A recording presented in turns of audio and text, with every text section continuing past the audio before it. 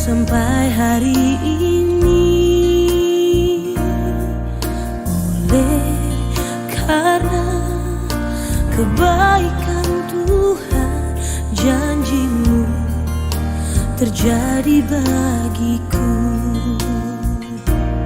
Ku sembah Kau Tuhan, ku mengangkat tanganku, selamanya Kau ajaib bagiku. Ku sembah Kau Tuhan, ku mengangkat wajahku, selamanya Kau hebat bagiku.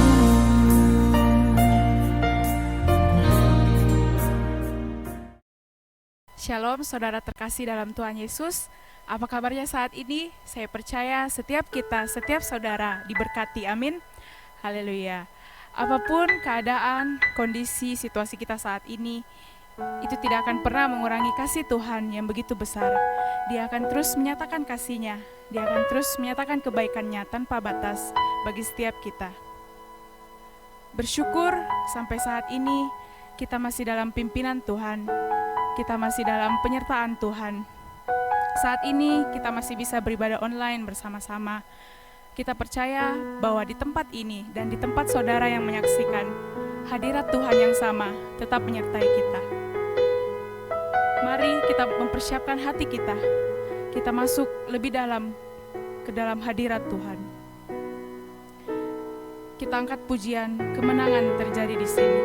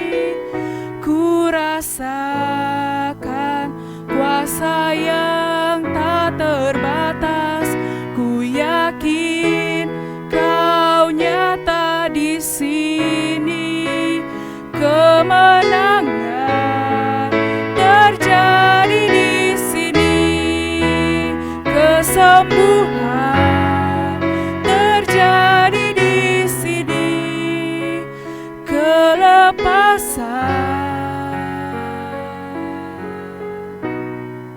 terjadi di sini.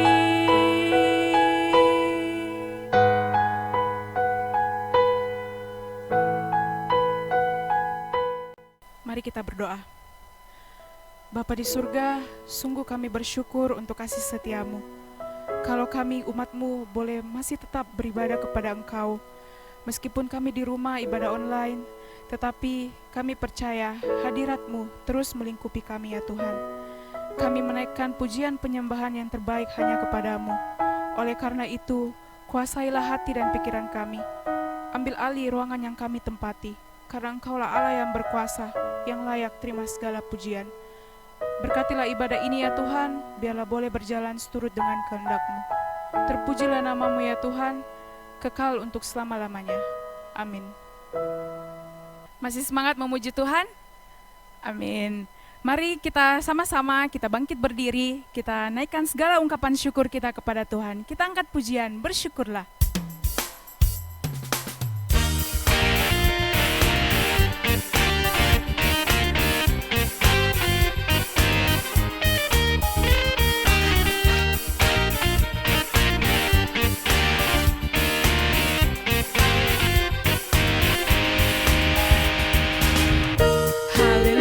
Aku memuji-Mu Tuhan, karena kasih-Mu tak berkesudahan.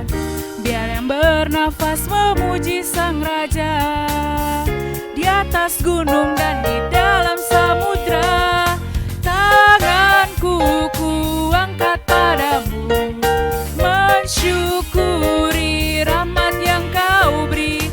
Kakiku melompat bagimu, sebab rahmat-Mu baru setiap pagi.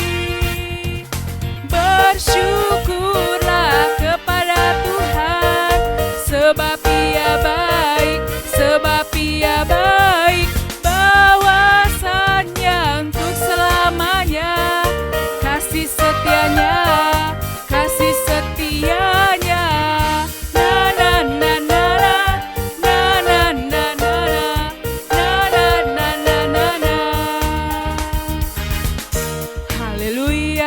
Memuji-Mu Tuhan, karena kasih-Mu tak berkesudahan. Biar yang bernafas memuji Sang Raja, di atas gunung dan di dalam samudra. Tanganku kuangkat padamu, mensyukuri rahmat yang Kau beri. Kakiku melompat bagimu,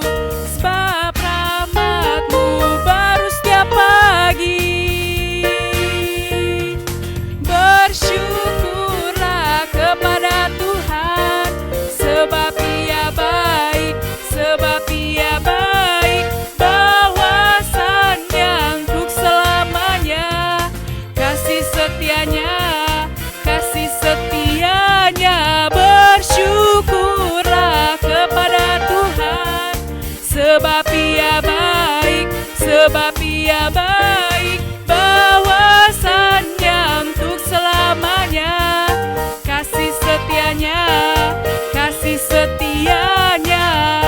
Na na na na na, na na na na na, na na na na na na.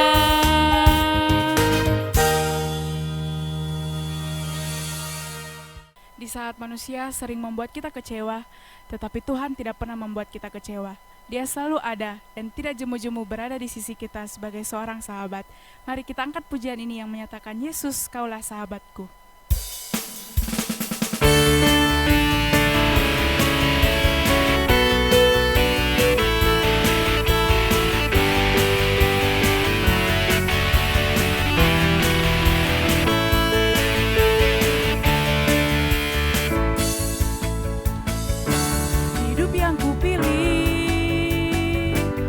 Buatku berarti,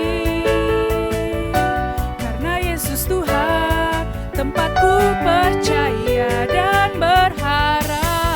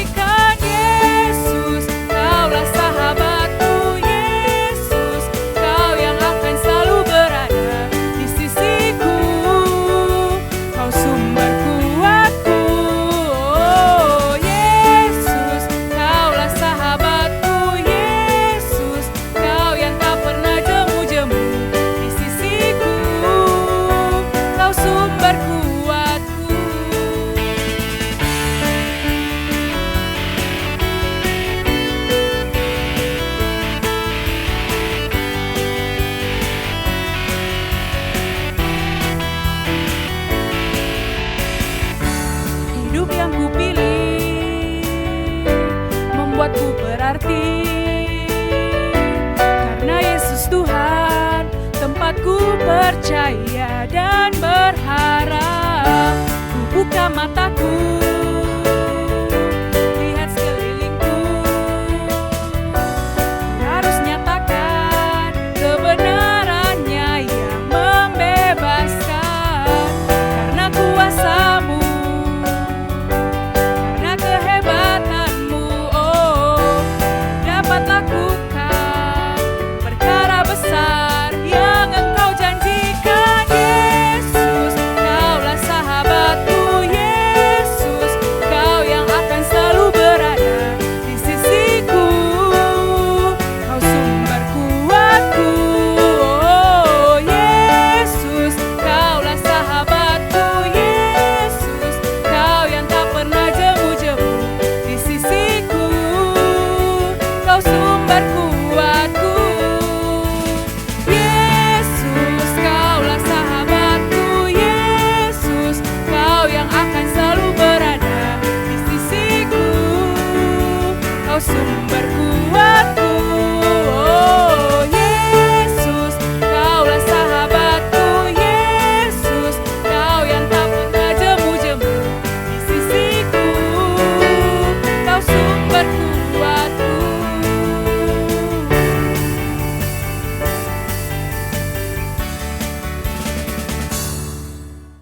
Tiba saatnya kita akan mendengarkan pemberitaan firman Tuhan. Kita sambut pemberitaan firman Tuhan dengan pujian Padang Gurun menjadi taman Tuhan.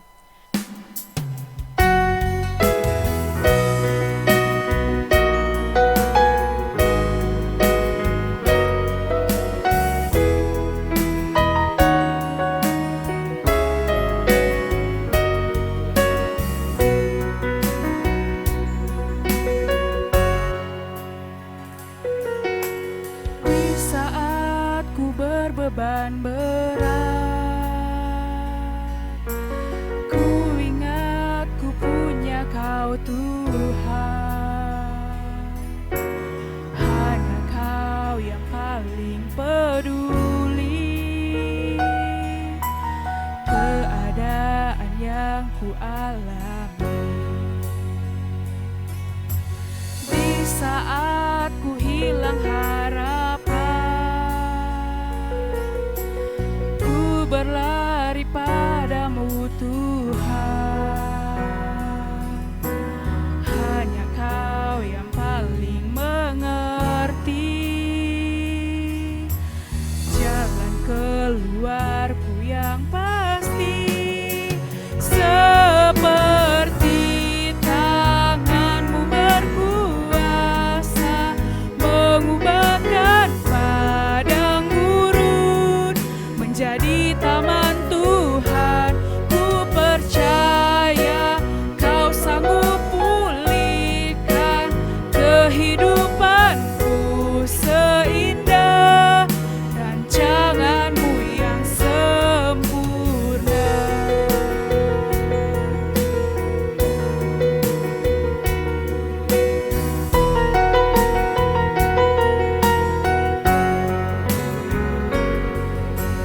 Di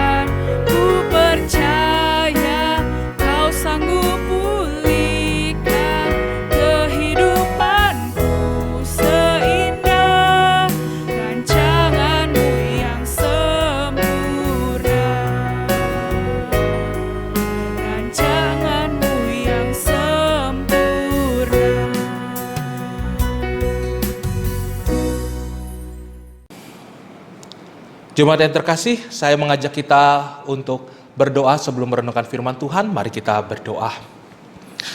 Kami bersyukur Tuhan atas kebaikan Tuhan pada hari ini. Kami boleh beribadah di ibadah minggu ini. Tuhan, kiranya Engkau memberkati setiap kami di dalam rumah kami masing-masing. Dimanapun kami berada, kami boleh merenungkan firman Tuhan. Dan kami boleh menjadi pelaku-pelaku firman Tuhan dalam kehidupan kami. Terima kasih Bapa kami yang di surga, bukakan hati dan pikiran kami, karena kami siap menyambut firman Tuhan. Dalam nama Yesus Kristus kami berdoa. Amin. Jemaat yang terkasih, pada tanggal 13 November 2016, pada waktu itu pukul 10:10 pagi di kota Samarinda tahun 2016 terjadi pelemparan bom molotov di muka gereja Oikumene. Pada tahun itu di pagi yang tenang, tidak ada tanda-tanda akan ada sesuatu yang terjadi. Anak-anak sekolah minggu sudah selesai ibadah, yang dewasa sementara sedang ibadah di dalam. Anak-anak sekolah minggu sedang berlari-lari di muka depan pintu gereja. Mereka sedang bermain di hari minggu itu sambil menunggu orang tuanya. Kemudian ada seorang pria tidak dikenal, dia masuk ke halaman pelataran gereja. Kemudian dia menaruh sebuah tas. Ketika dia melihat ada 4 anak kecil di situ, dia taruh sebuah tas yang isinya adalah molotov. Kemudian dia mengambil salah satu dari bom molotov itu, membakarnya, dan seketika meledaklah bahan yang molotov itu yang sebagian besar terisi dari bensin. 4 anak yang di sana menjadi korban, 2 diantaranya meninggal, 2 lagi sekarang masih ada. Mereka menjadi korban. Rasa sangat-sangat mengerikannya, sebuah pengalaman buruk yang bisa dibayangkan. Saya berusaha memahami bagaimana mungkin seorang anak usia 4 tahun bisa mengerti bahwa Tuhan baik ketika dia tubuhnya dilalap api. Bahkan berdasarkan berita hingga 70% keadaannya terbakar. Kulitnya terbakar 70%. Itu adalah keadaan yang sangat mengerikan. Bapak Ibu sekalian, nama anak ini adalah Trinity. Dia adalah salah satu korban selamat dari kasus pengeboman tahun 2016 ini. Dan hingga saat ini dia masih menjalani perawatan medis dalam upaya untuk menyelamatkan bagian tubuhnya yang masih bisa selamat. Sebagian besar kulitnya sudah rusak, beberapa bagian dari tubuhnya mengalami kaku atau tidak bisa digerakkan. Anak ini sekarang sudah menjalani kurang lebih 28 kali operasi untuk menyelamatkan dirinya dan menyelamatkan apa yang masih bisa dia kerjakan atau yang masih bisa difungsikan dari tubuhnya. Bapak Ibu sekalian, satu ketika anak ini sudah menjalani operasi kali demi kali. Mamanya yang menemani operasinya bukan di Indonesia, dia dibawa di Cungko, di satu tempat di sana. Dia harus dioperasi berkali-kali. Kemudian mamanya bertanya satu waktu, Trinity, ketika kamu nanti sudah besar, kamu mau jadi apa? Kata mamanya. Kemudian Trinity menjawab, "Mah, aku mau menjadi dokter supaya aku bisa menyelamatkan orang-orang yang seperti aku." Bapak Ibu sekalian, ini adalah satu jawaban yang barangkali tidak ada orang yang berpikir demikian. Seorang anak kecil pasti polos, dia kemudian menjawab demikian. Dia sudah terlalu lebih cepat dewasa oleh karena keadaan yang dihadapi. Bukan dalam hal yang baik, tetapi ia mengalami satu kesakitan ketika ia masih berusia sangat dini. Jawaban itu menjadi sebuah kekuatan bagi keluarga dan pamannya juga yang membantu merawat dia. Bapak Ibu sekalian, cerita mengenai hal ini sebenarnya kalau kita lihat, Trinity memiliki satu tanda yang tidak akan bisa hilang seumur hidupnya. Luka bakar yang artinya menjadi sebuah memori. Ketika dia lihat dirinya terbakar, dia berarti ingat langsung tanggal itu. Tanggal 13 November 2016. Setiap dia berkaca barangkali, apalagi anak perempuan, berdandan, dia ingat. Ini adalah menjadi satu memori yang tidak menyenangkan. Ketika dia dulu masih punya kesempatan untuk sama seperti anak normal lainnya bertumbuh. Kini dia sudah harus kehilangan sebagian waktunya hanya untuk menjalani treatment yang gara-gara bukan karena kesalahan dia, tetapi orang lain yang berbuat terhadap dirinya. Bapak Ibu sekalian, Ini adalah satu pengalaman buruk di mana setiap orang memiliki ceritanya masing-masing. Kebanyakan dari orang mengalami satu pengalaman buruk itu adalah kondisi di mana bisa saja terjadi kecelakaan, atau misalnya terjadi satu peristiwa yang tidak menyenangkan, atau bahkan katakanlah kelalaian orang lain yang menyebabkan satu kondisi di mana kita dipersalahkan. Banyak sekali hal yang membuat kita bisa timbul satu pengalaman buruk. Bukan berarti pengalaman buruk harus diidentikan dengan sesuatu yang merenggut nyawa, tidak juga. Tetapi kasus bully, tetapi kasus-kasus menjelek-jelekan orang, merendahkan orang lain, dan korban itu merasa dilecehkan atau direndahkan, itu bisa menjadi satu pengalaman buruk. Tidak mesti harus berbicara mengenai nyawa. Tetapi Bapak Ibu sekalian, kalau hal ini tidak diselesaikan di dalam dirinya masing-masing, ini akan menjadi satu fobia atau menjadi satu ketakutan yang berlebih, yang ketakutan di mana bisa saja orang pada waktu itu mengalami satu ketakutan hingga dia histeris. Ini adalah satu kondisi yang sangat mengerikan yang bisa terjadi kepada setiap orang. Sekali lagi, kepada setiap orang. Di mana kalau mimpi buruknya atau ketakutan terbesarnya diungkit, itu akan menjadi satu ketakutan yang sangat-sangat mengerikan dalam dirinya. Namun Bapak Ibu sekalian, kondisi serupa pernah dialami para murid. Ini saya mengulang sedikit khotbah saya di hari Kamis di dalam ibadah kenaikan Tuhan Yesus Kristus. Ketika para murid harus mengalami namanya satu rasa ditinggalkan lagi oleh Tuhan Yesus. Ketika Yesus mati, kemudian ia bangkit, itu menjadi satu jawaban atas Tuhan, ternyata Engkau betul tidak meninggalkan kami, Engkau bangkit, Engkau sungguh-sungguh Tuhan. Akan tetapi, kemudian setelah beberapa hari ketika Yesus sudah bangkit, para murid harus menyaksikan lagi ketika ia terangkat ke surga. Itu menjadi satu pengalaman yang sekali lagi mereka harus ingat bahwa Yesus pernah ditinggalkan, mereka pernah merasa ditinggalkan oleh Yesus. Ini adalah satu pengalaman yang sangat pahit. Ini satu pengalaman yang betul-betul membuat para murid itu drop kondisinya, emosional, psikologinya, pikirannya pada waktu itu. Akan tetapi Bapak Ibu sekalian, kondisi-kondisi seperti itu bukan hanya terjadi pada hari ini, pada zamannya murid-murid Yesus, bahkan terhadap satu jemaat di kota Korintus pada waktu itu terjadi juga satu kendala di mana mereka adalah orang-orang Romawi yang sudah menjadi Kristen dan orang-orang Yahudi yang menjadi Kristen. Di sini terjadi satu gap di mana orang-orang di sana dalam kondisi-kondisi yang membuat mereka itu merasa, Tuhan, aku mau dekat dengan Tuhan, tetapi ada peraturan-peraturan yang membuat kami tidak bisa. Menjadi satu pengalaman-pengalaman buruk. Ada apa yang terjadi? Bapak Ibu sekalian, kalau kita membaca di dalam sepanjang kisah dalam kitab Korintus, 1 Korintus, 2 Korintus, itu banyak kali menceritakan bagaimana jemaat-jemaat di gereja di sana mengalami satu namanya kendala, pergumulan emosional, pergumulan pengalaman-pengalaman buruk yang sulit mereka hadapi sendiri. Yang sulit mereka hadapi sendiri, sekali lagi saya katakan. Mari Bapak Ibu, saya mau mengajak kita untuk membaca terlebih dahulu landasan kita dalam menghadapi setiap pergumulan-pergumulan ini di dalam Yakobus pasal 1 ayat yang kedua hingga ayat yang keempat.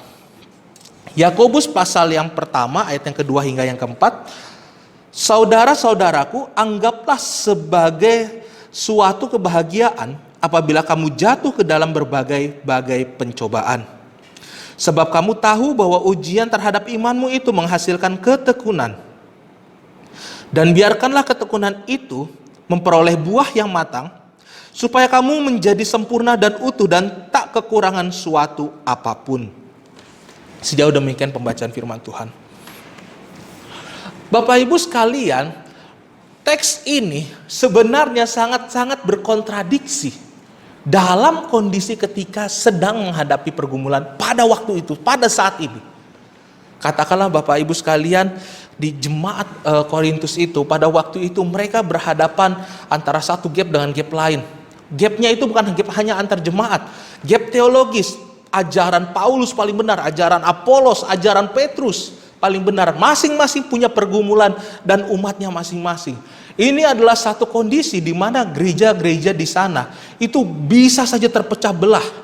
Akan tetapi Paulus mengatakan di dalam salah satu tulisannya, adakah tubuh Kristus terbagi-bagi? Adakah kematian Yesus dibagi-bagi? Ini menjadi satu peringatan bahwa satu pergumulan itu bisa diselesaikan ketika dalam kondisi kita satu pikiran di dalam Kristus. Itu dasar utamanya. Itu dasar utamanya. Akan tetapi tidak semua orang bisa memahami dan bisa menerima sebuah keadaan demikian. Bukankah setiap pengalaman buruk, setiap kondisi buruk, satu-satunya cara untuk kita damai lagi, cara untuk kita merasa tenang lagi, yaitu masalah ini selesai atau hilang atau sirna. Tidak ada satu kondisi di mana kita akan damai sejahtera kalau kita betul-betul harus hadapi ini terus-menerus seperti tidak selesai-selesai masalahnya. Kondisi ini terus-menerus, tidak bisa. Tetapi dalam kondisi yang di mana masalah ada, tiba-tiba masalahnya itu sirna, selesai, oh tenang hati. Itu penggambarannya. Itu keinginan kita. Ini bukan keinginan Tuhan, sekali lagi, ini bukan keinginan Tuhan. Tetapi di dalam kemanusiaan, ketika ada masalah, kita mau masalahnya itu tiba-tiba selesai atau cepat selesai gimana pun caranya. Nah Bapak Ibu sekalian, dalam kondisi demikian, kota Korintus menghadapi di mana masing-masing pengajaran itu tidak bisa diselesaikan dalam waktu 1-2 hari. Masing-masing dari mereka punya argumen-argumen teologis, punya keyakinan-keyakinan teologis yang seolah-olah satu lebih benar dibanding yang lain. Seolah-olah yang satu lebih hebat dan lebih berhikmat dibandingkan yang lain. Saya tidak membela di dalam teks ini Paulus berkata, oh dia lebih berhikmat karena mengatakan adakah tubuh Yesus tidak terbagi-bagi, dia satu di dalam Kristus. Tidak, tetapi di dalam kondisi ini menjadi sebuah kondisi yang pahit bagi jemaat-jemaat yang baru, yaitu orang-orang Romawi yang sudah Kristen, tetapi mereka yang masih hidup dengan budaya keagamaannya pada kota Korintus pada waktu itu. Ada apa yang terjadi? Bapak Ibu, kota Korintus adalah kota di mana banyak pelayaran-pelayaran, banyak pedagang-pedagang berkumpul di kota itu. Itu kota dagang, kota bisnis, di mana semua orang berkumpul di tempat yang sama. Semua masing-masing bawa pengajaran dan bawa agamanya. Semua orang membawa latar belakangnya masing-masing dan tinggal di satu kota yang sama. Orang-orang Romawi, orang-orang jemaat Korintus di sana, mereka sebagian besar adalah orang-orang Romawi yang dari latar belakang sama sekali tidak ada Yahudi-Yahudinya. Mereka merasa terasing ketika mereka menjadi Kristen, tetapi dia tertolak oleh orang-orang Kristen yang berlatar belakang Yahudi. Di mana orang-orang Yahudi menganggap keselamatan di dalam Kristus eksklusif kepada orang Yahudi. Di luar itu tidak. Padahal kalau kita membaca keselamatan yang Tuhan Yesus kerjakan, yang di dalam anaknya itu menebus dosa umat manusia, itu berlaku kepada orang-orang yang percaya kepada Yesus. Bukan kepada orang yang Romawi, orang-orang Yahudi, atau orang-orang, bahkan kalau kita katakan Samaria, atau orang-orang di budaya-budaya hari ini, orang Batak, orang Chinese, orang Toraja, dan segala macam suku. Tidak. Kepada orang yang percaya kepada Yesus Kristus, itu sangat pribadi sifatnya, sangat personal, di mana providensi atau penyertaan Allah, kasih karunia Allah, itu sangat-sangat eksklusif kepada orang-orang demikian. Bukan berarti kepada orang Yahudi, oh karena kalian orang Yahudi jadi lebih double begitu bonusnya, berkatnya. Tidak. Di sini orang-orang Romawi, Kristen Romawi mengalami satu kondisi yang sangat tidak menyenangkan. Kami mau ikut Tuhan, tetapi peraturan-peraturan yang kami lihat, sikap-sikap yang kami lihat di jemaat gerejanya itu adalah sikap-sikap yang membeda-bedakan. Itu sangat menyakiti hati mereka, menjadi sebuah pengalaman buruk. Akan tetapi Bapak Ibu sekalian, pengalaman buruk yang mereka hadapi itu, kalau kita membaca di keseluruhan kitab Korintus, pada akhirnya mereka kembali bersatu dengan satu pemahaman, dengan satu keyakinan yang baru, bahwa tidak ada orang yang Yahudi dan non-Yahudi di hadapan Kristus. Tidak ada orang yang tawanan atau orang bebas. Tidak ada budak. Bahkan dikatakan tidak ada budak. Padahal waktu itu perbudakan sangat besar. Bahkan mulai dari zaman Israel masuk ke era perubahan menjadi Yahudi, menjadi Samaria pasca Israel terbelah. masuk ke era Romawi, orang-orang Yahudi di bawah jajahannya orang Romawi. Budak-budak itu sangat banyak. Tetapi Paulus katakan sendiri, tidak ada budak di hadapan Kristus. Semuanya orang yang merdeka di atas darah Kristus. Ini adalah menjadi satu memori di mana Tuhan, aku mau ikut Engkau, tetapi ada satu pengalaman buruk yang aku alami. Gimana caranya saya bisa menyelesaikan ini? Ketika saya dulu pernah ditolak oleh orang-orang Yahudi, oleh orang-orang yang mengatakan mereka Kristen, memang betul mereka Kristen, tapi budayanya, kepercayaan mereka masih mengkotak-kotakan orang lain itu masih orang luar. Kami adalah orang darah biru, orang inti, orang dalam. Bapak Ibu sekalian, ini menjadi sebuah pergumulan bahwa pengalaman buruk bisa saja kita berusaha lupakan, tetapi nyatanya tidak bisa sungguh-sungguh hilang. Bahwa pengalaman buruk yang orang-orang Romawi alami, penulis-penulis Alkitab, bahkan Tuhan Yesus alami sendiri, tidak ada sedikit pun yang sebenarnya berusaha dilupa-lupakan atau berusaha dihilangkan. Kalau kita melihat kepada perjalanan Yesus Kristus, saya mau kita kembali setia dengan Tuhan Yesus untuk melihat bagaimana Ia menerima semua yang Ia alami. Perlakuan buruk, caci maki, hina, pencobaan-pencobaan yang dilakukan. Bahkan ketika Ia sedang dipersiapkan untuk memasuki ladang pelayanan, di padang gurun Ia dicobai. Tidak ada sedikit pun Tuhan melupakan itu. Tetapi Tuhan menjadikan itu bagian dari dirinya. Di dalam Yesus Kristus, kita melihat di sepanjang perjalanan pelayanannya, apa yang dilakukan, apa yang diajarkan, itu bukan hanya sekedar hikmat-hikmat yang tidak pernah dia alami. Hal-hal buruk yang dia alami menjadi satu bagian dalam pelayanannya, bagian besar, di mana pengalaman-pengalaman itu membuat dia semakin luar biasa. Saya bukan mengatakan Yesus itu karena punya pengalaman jadi semakin luar biasa, tidak. Justru karena dia adalah Allah dan dia adalah manusia. Allah yang tahu segalanya dan manusia yang merasakan segala yang sudah dirasakan. Itu bertemu menjadi satu. Itu Allah betul-betul memahami bagaimana pengalaman pahit itu bisa dia lalui. Bagaimana ketika ia dicobai, berdoa di Taman Getsemani. Sampai-sampai ia katakan, sudah tiba waktunya. Aku terima semuanya. Bapak Ibu sekalian, ada banyak contoh lain dalam Alkitab mengenai pengalaman-pengalaman buruk yang bisa saja kita lihat satu persatu. Contohnya Daud, contohnya Saul. Itu adalah banyak kondisi-kondisi di mana Saul gara-gara pengalaman ketakutannya, paranoidnya terhadap sesuatu yang sebenarnya tidak terjadi hanya di dalam pikirannya. Ia sampai membuat roh Allah itu meninggalkan dirinya. Daud ketika ia merebut Batsheba dari tangan Uriah, salah satu pahlawan orang-orang kepercayaan Daud, ia curi istrinya.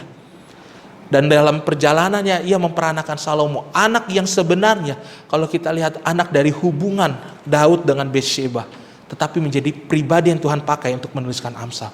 Pengalaman-pengalaman buruk tidak hilang. Akan tetapi banyak orang yang berusaha melupakan.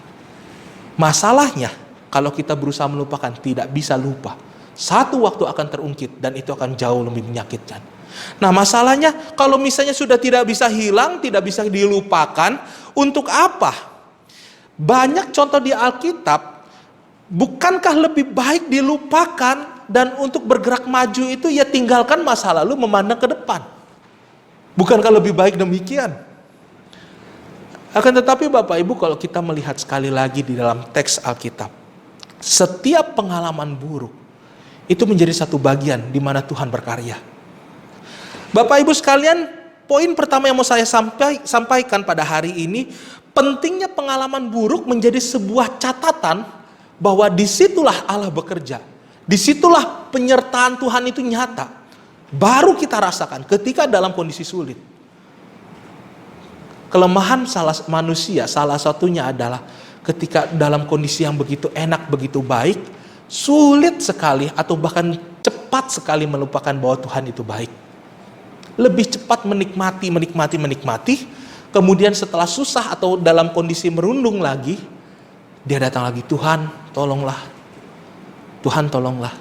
Bapak Ibu, ternyata pengalaman buruk itu adalah satu waktu di mana justru di situ Tuhan berbicara sangat-sangat kuat, di mana penyertaan Allah itu sangat-sangat kita rasakan pada kondisi buruk, Satu ketika Bapak Ibu ada seorang laki-laki, seorang ayah muda, pada waktu itu dia sedang duduk-duduk di teras rumahnya menggendong anak bayinya yang masih kecil.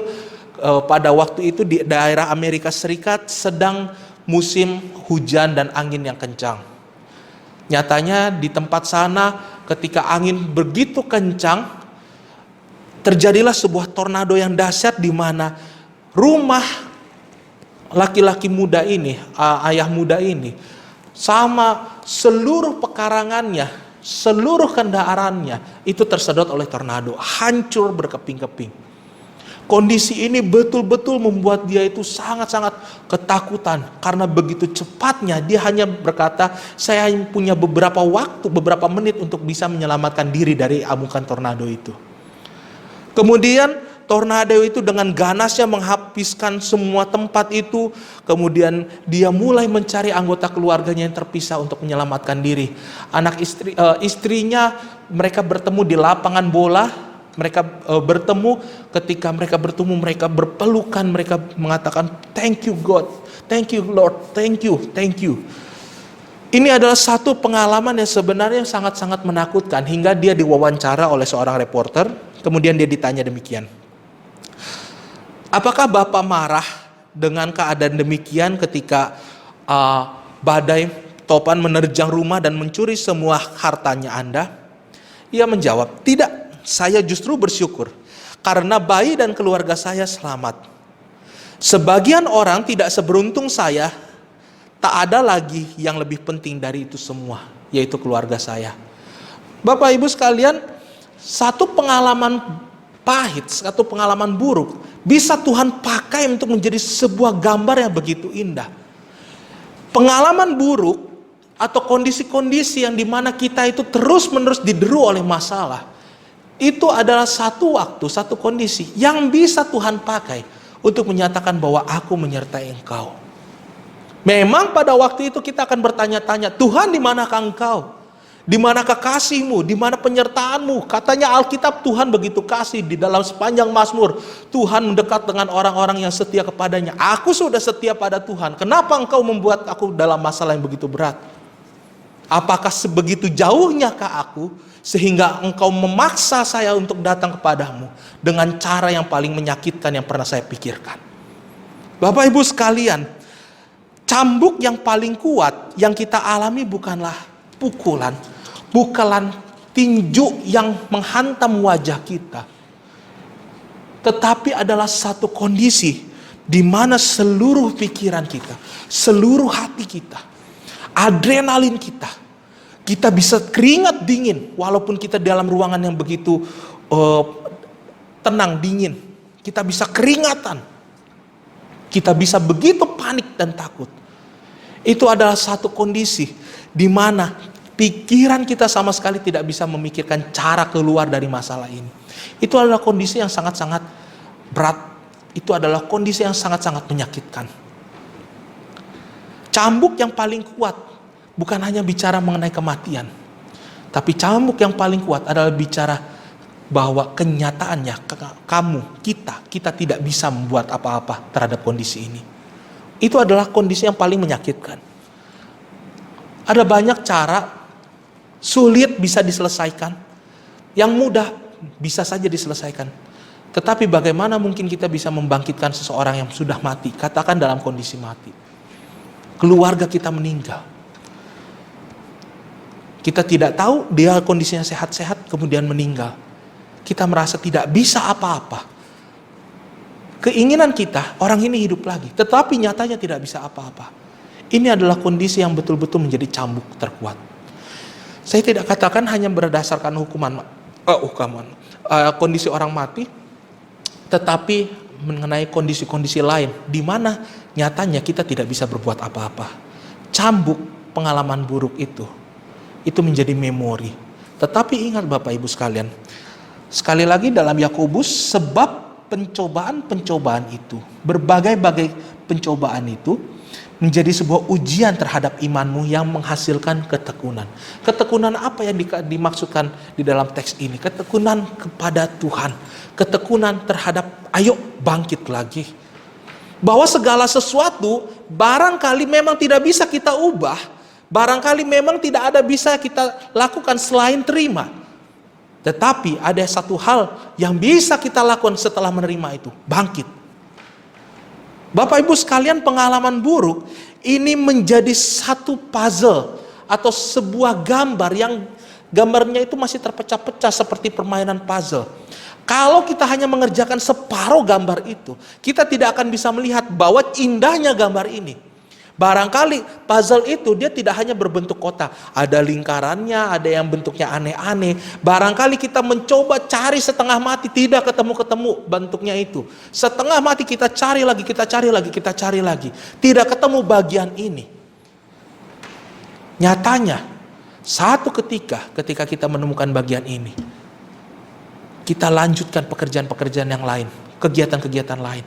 Baru kita bisa melihat bahwa kejadian ini punya gambar yang begitu indah.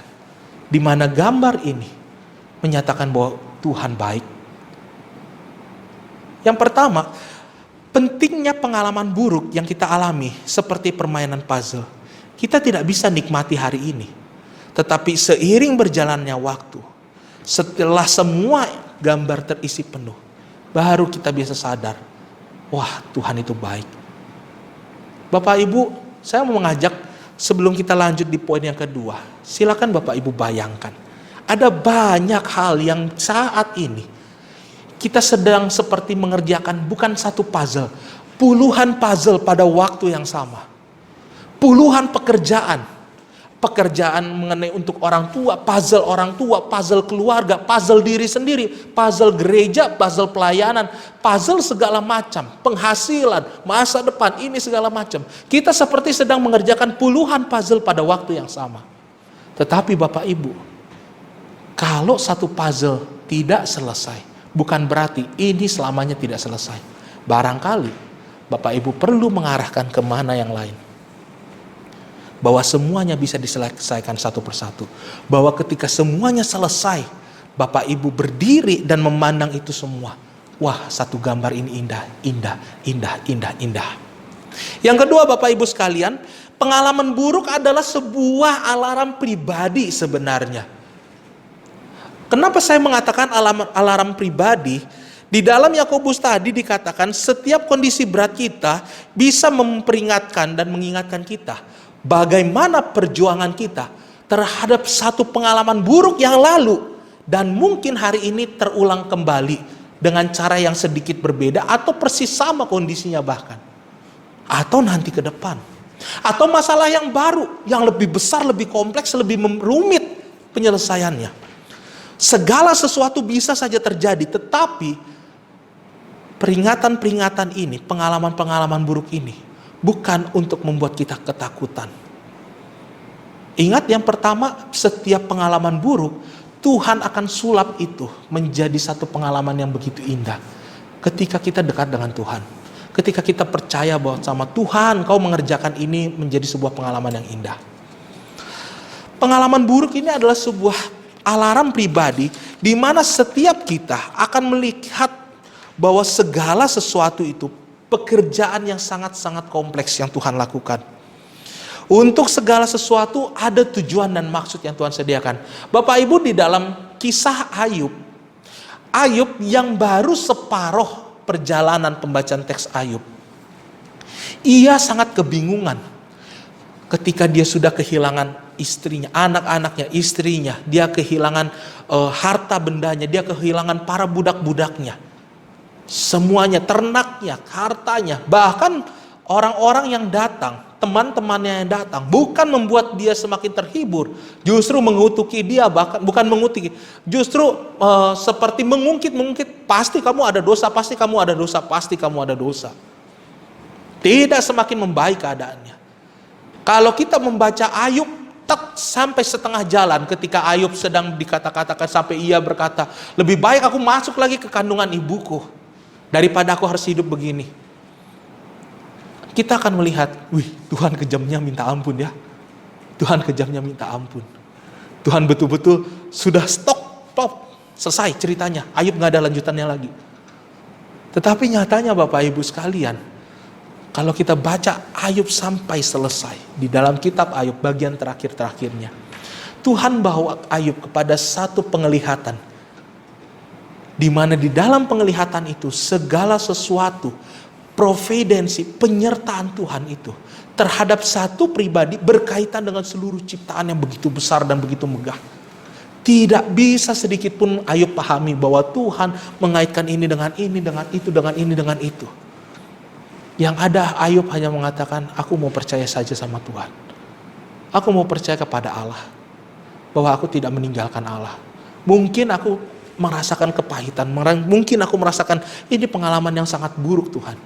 Tetapi Bapak Ibu sekalian, di akhir perjalanan kehidupannya Ayub, ketika ia sudah melalui semua pengalaman-pengalaman buruknya, Tuhan berikan kembali satu keindahan dalam hidupnya.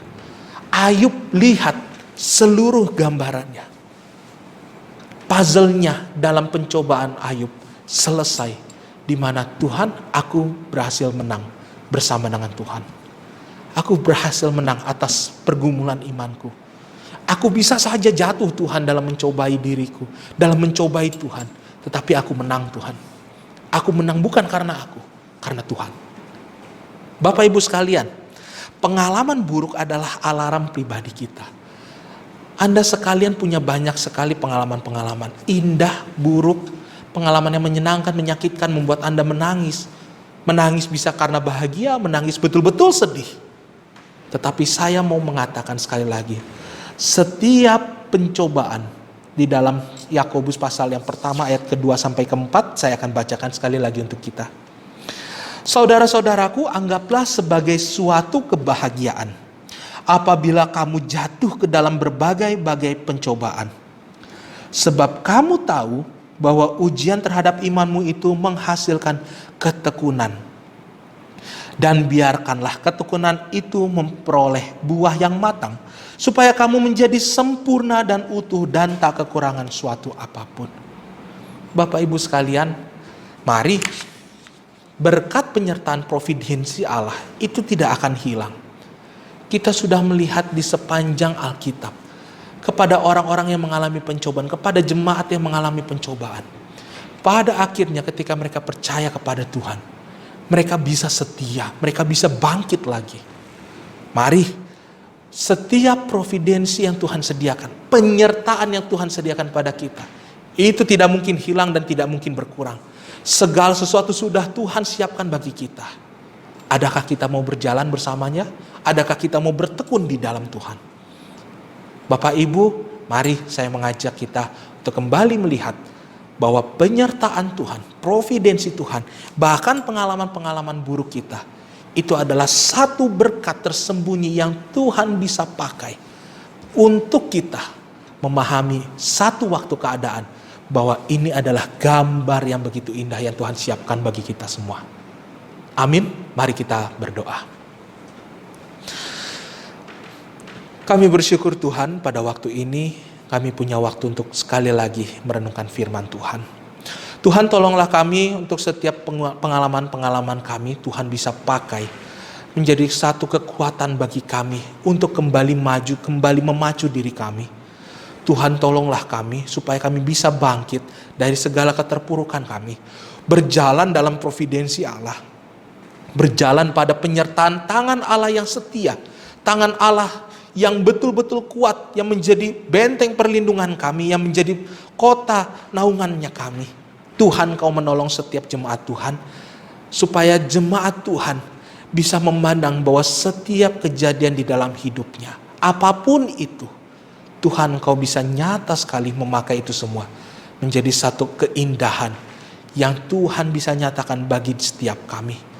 Tuhan memberkati jemaat Tuhan di dalam setiap pekerjaan kehidupannya. Tuhan yang menyertai mereka dalam setiap kondisi usaha mereka. Tuhan yang memberkati. Terima kasih Bapa kami yang di surga. Kami berdoa di dalam nama Yesus Kristus. Amin.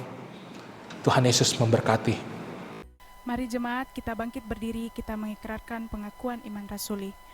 Pengakuan iman rasuli. Aku percaya kepada Allah, Bapa yang Maha Kuasa, Khalik langit dan bumi, dan kepada Yesus Kristus, anaknya yang tunggal Tuhan kita, yang dikandung dari Roh Kudus, lahir dari anak darah Maria, yang menderita sengsara di bawah pemerintahan Pontius Pilatus, disalibkan, mati dan dikuburkan, turun ke dalam kerajaan maut, pada hari yang ketiga bangkit pula dari antara orang mati, naik ke sorga, duduk di sebelah kanan Allah Bapa yang Maha Kuasa, dan dari sana ia akan datang untuk menghakimi orang yang hidup dan yang mati. Aku percaya kepada Roh Kudus, gereja yang kudus dan am, persekutuan orang kudus, pengampunan dosa, kebangkitan tubuh, dan hidup yang kekal. Amin. Jemaat dipersilakan duduk kembali. Jemaat yang terkasih, saya mengajak kita untuk berdoa syafaat. Yang pertama, kita bersyukur untuk masa PSBB yang sudah berakhir di Kota Makassar. Kita berdoa untuk juga tetap dalam kondisi yang baik. Sekalipun PSBB sudah selesai, bukan berarti virus sudah selesai juga. Mungkin masih berlanjut dalam waktu yang panjang, tetapi mari, ini adalah cara Tuhan. Ini adalah segala sesuatu yang Tuhan sediakan bagi kita. Memang dalam kondisi yang tidak baik di dalam ukuran manusia, tetapi mari kita memandang ini semua sebagai satu karya di mana Tuhan telah memberikan waktu untuk kita kurang lebih 2,5 bulan hingga 3 bulan bahkan untuk kita bersama-sama dengan keluarga lebih banyak waktu di rumah. Kita tidak bisa saja kita tidak dapat waktu yang demikian lagi. Barangkali waktu kita ke depan nanti akan jauh lebih singkat. Mari kita memaknai bahwa semua ini sudah Tuhan sediakan untuk kebaikan kita. Yang kedua, Bapak Ibu sekalian, saya mau mengajak kita berdoa untuk anak-anak remaja yang sudah naik dari anak sekolah minggu, naik kelas dari kelas SD, naik kelas SMP, naik kelas SMA, dari SD ke SMP, dari SMP ke SMA, dan bahkan yang masuk perguruan tinggi. Mari kita tundukkan kepala, kita berdoa. Bapa kami yang di surga, kami bersyukur Tuhan atas penyertaan dan kebaikan Tuhan kepada setiap jemaat di GKI Gracia. Kami bersyukur untuk kebaikan Tuhan kepada setiap kami, bahwa Tuhan tidak memandang siapa kami, bahwa bagaimana pengalaman buruk kami, tetapi Engkau memandang bahwa kami adalah ciptaan-Mu yang berharga, dan Engkau memberkati kami luar biasa. Kami bersyukur memiliki Allah yang penuh kasih seperti Engkau. Pada hari ini Tuhan, kami datang ke hadirat-Mu untuk memanjatkan doa dan syukur kami. Kami bersyukur Tuhan, dalam masa PSBB kami sudah punya waktu yang lebih banyak untuk bersama-sama dengan keluarga. Kami mungkin merasa banyak hal yang kesulitan untuk beraktivitas oleh karena ini, tetapi kami mau memandang Tuhan secara positif bahwa kondisi ini menyediakan waktu untuk kami semakin banyak, semakin intim dengan keluarga kami. Barangkali Tuhan ke depan kami tidak punya waktu seperti ini lagi. Kami mau memaknai waktu-waktu yang sudah kami jalani beberapa bulan ke belakang. Kami lebih banyak di rumah bersama keluarga kami adalah sebagai satu waktu yang indah, di mana Tuhan memakai ini untuk mengeratkan hubungan keluarga dengan keluarga, anak dengan orang tua dengan anak-anaknya, pasangan suami istri semakin dieratkan. Kami bersyukur Tuhan untuk semuanya itu.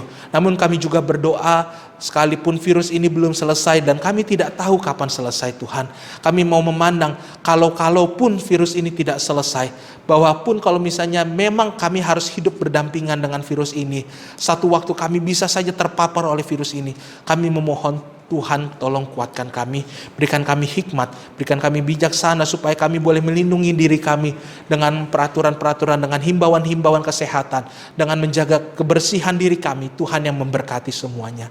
Kami juga bersyukur Tuhan untuk anak-anak sekolah yang sudah boleh naik kelas dan lulus dari level sekolahnya mereka. Kami bersyukur untuk anak-anak sekolah minggu yang boleh naik kelas, ataupun yang naik ke jenjang SMP, untuk anak-anak SMP yang boleh naik kelas dan lulus SMP, dan juga yang anak-anak SMA boleh lulus perguruan tinggi. Kami bersyukur Tuhan untuk kebaikan Tuhan. Kami juga mau berdoa dalam setiap kecukupan biaya dalam menghadapi semester baru nanti. Tuhan yang memberkati dan cukupkan. Tuhan boleh menyediakan segala berkat untuk mencukupkan kebutuhan untuk pendidikan. Tuhan yang memberkati orang tua yang mencari dana untuk anak-anaknya sekolah. Tuhan yang memberkati mereka dalam mempersiapkan jenjang yang selanjutnya, naik kelas ataupun lulus sekolah. Tuhan yang memberkati semuanya. Terima kasih Bapa kami yang di surga. Kami bersyukur dan berdoa di dalam nama Yesus Kristus. Amin. Untuk mengakhiri ibadah minggu kita pada hari ini, Mari saudara kita bangkit berdiri, kita menyanyikan pujian segala kemuliaan.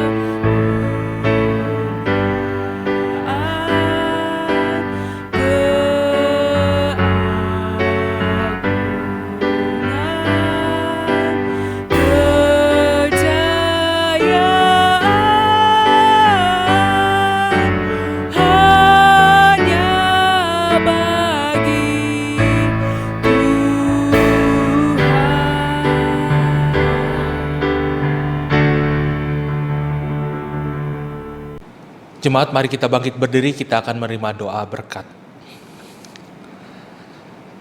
Kami bersyukur Tuhan ketika kami boleh Tuhan panggil menjadi anak-anak Tuhan yang memiliki segala macam pergumulan. Kiranya Tuhan memberkati dan ajarkan kami untuk melihat pergumulan sebagai satu tanda bahwa Tuhan menyertai kami sepanjang waktu di sepanjang keadaan. Jemaat yang terkasih, pulanglah dan terima berkat daripada Tuhan. Kasih karunia dari Bapa, cinta kasih dari Tuhan kita Yesus Kristus, pertolongan, penyertaan dan kuasa dari Allah Roh Kudus menyertai kehidupan kita sekalian, mulai dari hari ini sampai selama-lamanya. Amin. Jemaat dipersilahkan duduk, silakan mengambil waktu teduh, ibadah kita selesai. Tuhan Yesus memberkati.